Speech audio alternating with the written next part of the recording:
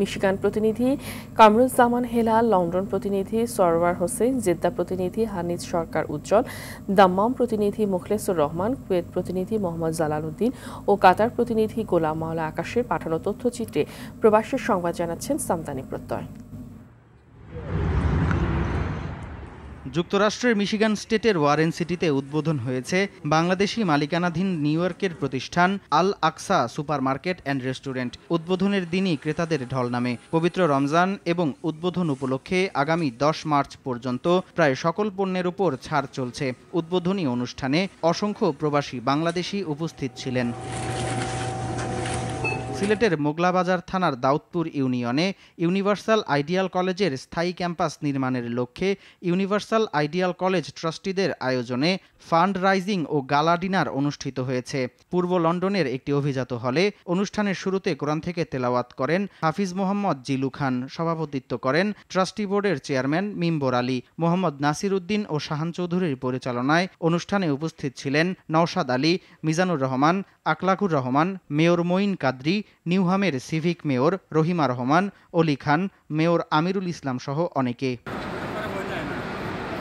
কেন্দ্রীয় যুবদলের সাবেক ভারপ্রাপ্ত সাধারণ সম্পাদক শফিকুল ইসলাম খান মিল্টন সপরিবার সৌদি আরবের কিং আব্দুল আজিজ বিমানবন্দরে এসে পৌঁছলে তাকে সৌদি আরব পশ্চিমাঞ্চল যুবদলের পক্ষ থেকে সংবর্ধনা দেওয়া হয়। সাখাওয়াত হোসেন, মোহাম্মদ স্বপন, মুস্তাফিজুর রহমান শিবলু, আব্দুল করিম মামুন, মাহফুজে এনাম, আনোয়ার হোসেন রাজু সহ স্থানীয় যুবদলের নেতাকর্মীরা এ সময় উপস্থিত ছিলেন। Bangladesh international school and college Bangla কারিকুলামের উদ্যোগে আন্তর্জাতিক মাতৃভাষা দিবস ও শহীদ দিবস পালিত হয়েছে।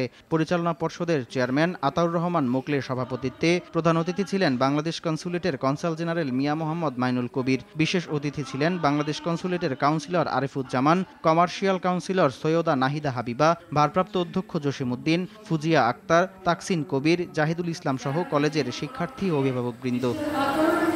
মক্কার কাকিয়াতে উদ্বোধন হয়েছে Dhakaiya Mezbani restaurant and Kacchi dining এর দ্বিতীয় শাখা। এ সময় পাভেল রাজ, সোহেল রানা, আমজাদ হোসেন, আলমগীর হোসেন, শাকিল আহমেদ, কামাল উদ্দিন, মোয়াজ্জেম হক সহ অনেকে উপস্থিত ছিলেন।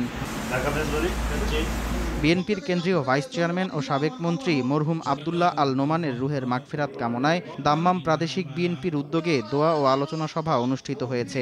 দাম্মাম প্রাদেশিক বিএনপির সভাপতি ফারুক হোসেন মোল্লার সভাপতিত্বে সাধারণ সম্পাদক হুমায়ুন কবির সবুজের সঞ্চালনায় সভায় বক্তব্য দেন শামসুল আলম, নেয়ামত উল্লাহ, সোহেল চৌধুরী, সুমন তালুকদার সহ অনেকে।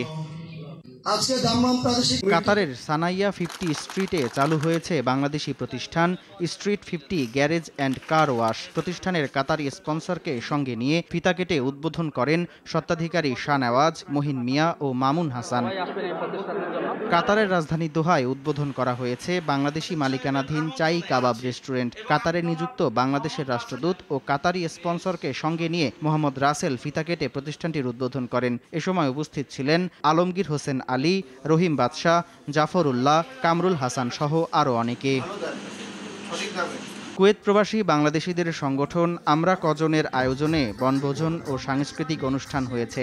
মনিরুজ্জামান রুজু ও সোহেল মল্লিকের সঞ্চালনায় অনুষ্ঠানে প্রধান অতিথি ছিলেন বাংলাদেশ বিজনেস কাউন্সিল কুয়েতের সভাপতি মুখাই আলী লুৎফর রহমান।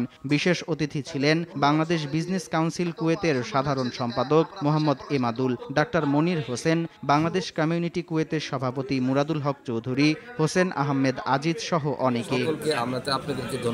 ফেঞ্চুগঞ্জ কল্যাণ সমিতি কুয়েতের প্রধান উপদেষ্টা আবুল হোসেন 44 বছর প্রবাসে কর্মজীবন শেষ করে বাংলাদেশে ফিরে যাওয়ায় তাকে বিদায় সংবর্ধনা দিয়েছে ফেঞ্চুগঞ্জ কল্যাণ সমিতি। সংগঠনের সভাপতি মোহাম্মদ ফুহাদ আহমেদের সভাপতিত্বে সাধারণ সম্পাদক আহাদ আম্বিয়া খোকনের সঞ্চালনায় এতে প্রধান অতিথি ছিলেন সংগঠনের প্রতিষ্ঠাতা সভাপতি মিঠুন সেলিম। বিশেষ অতিথি ছিলেন সাংবাদিক ইউনিয়ন কুয়েতের সভাপতি নাসির উদ্দিন খোকন, বাংলাদেশ প্রেস ক্লাব কুয়েতের সিনিয়র সহসভাপতি মোহাম্মদ জালাল উদ্দিন ও সাধারণ সম্পাদক আহ জুবেদ।